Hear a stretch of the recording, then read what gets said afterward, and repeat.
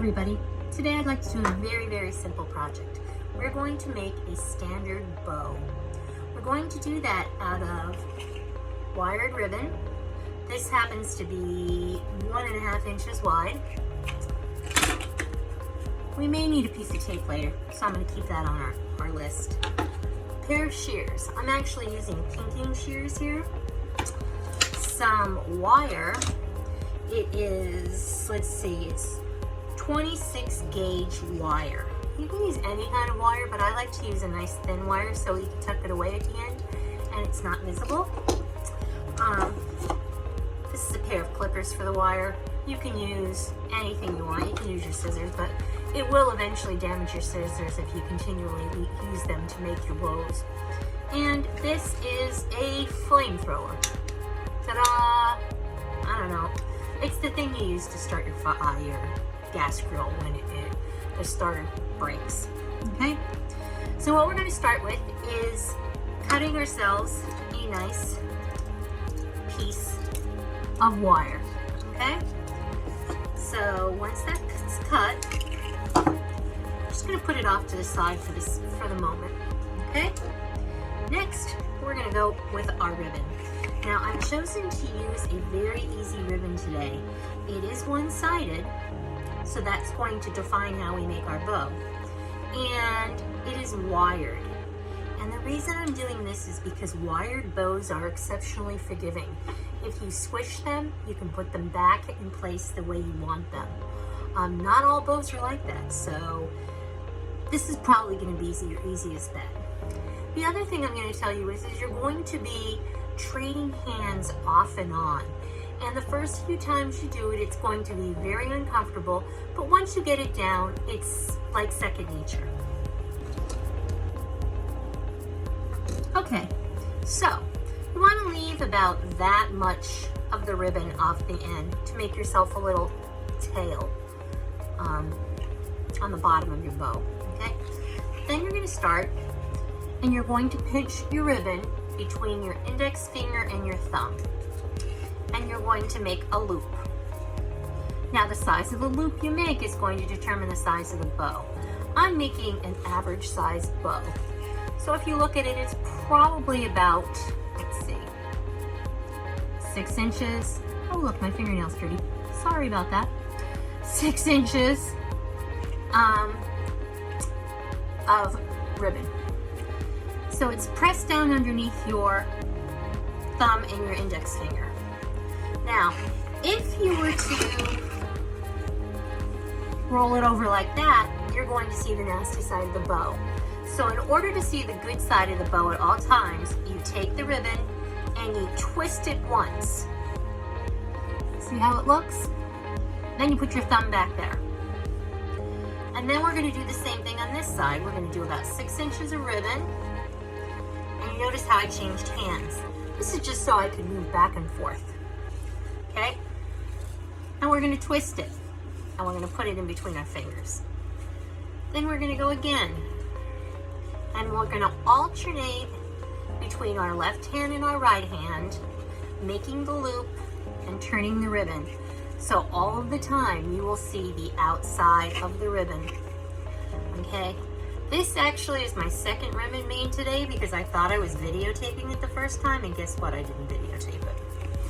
So I have another bow that's already completed for you all.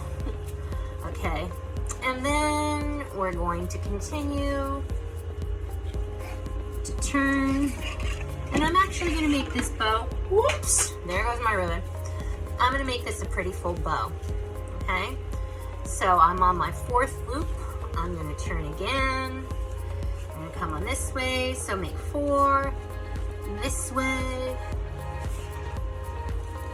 5. And 1 more on this end. 5.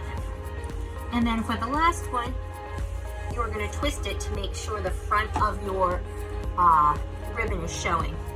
And then I'm taking my pinking shears and I'm clipping them. Okay? So basically what your bow should look like is this. Can you see that?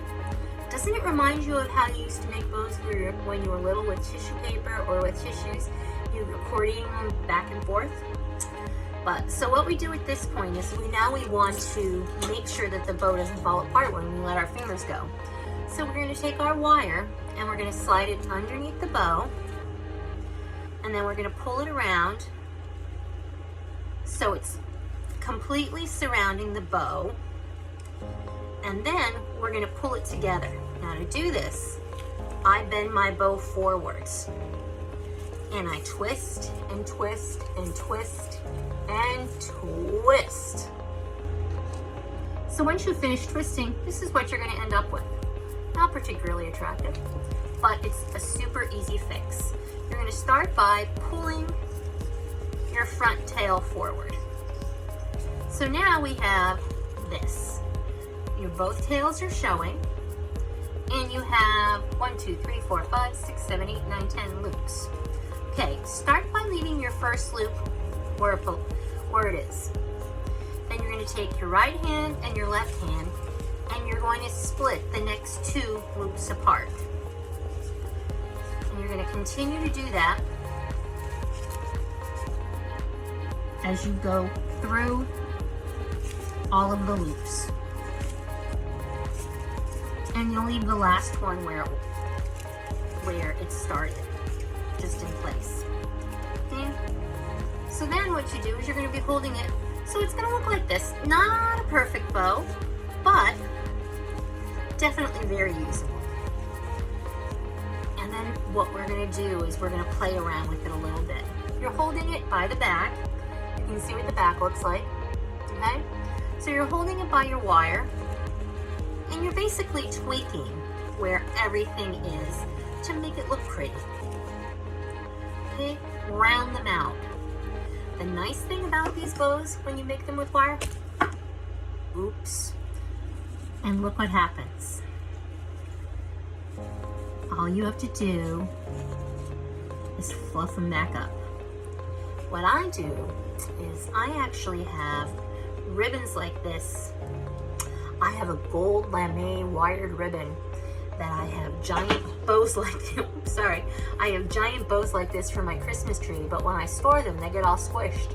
So the first thing I do when I open up my Christmas decorations is I fluff up my bows. And look at that, isn't it beautiful? You have created a nice bow. Now, your back looks like this. You have this long wire. You can use the wire for many things. You can clip it off, or you can use it to tape your bow down in its spot. What I generally do is I generally clip the wires and then just tuck them under so nobody gets pricked with the wire end. Okay? So there you have it. You can take this bow and you can attach it to something if you want. You can make multiple long layers and tape it around a package. And once again, because it's wired, it's very, very, very forgiving. And can you imagine how cute that's going to look on a wreath? Maybe that will have to be our next project. Before we finish up, I just wanted to show you the last thing I like to do.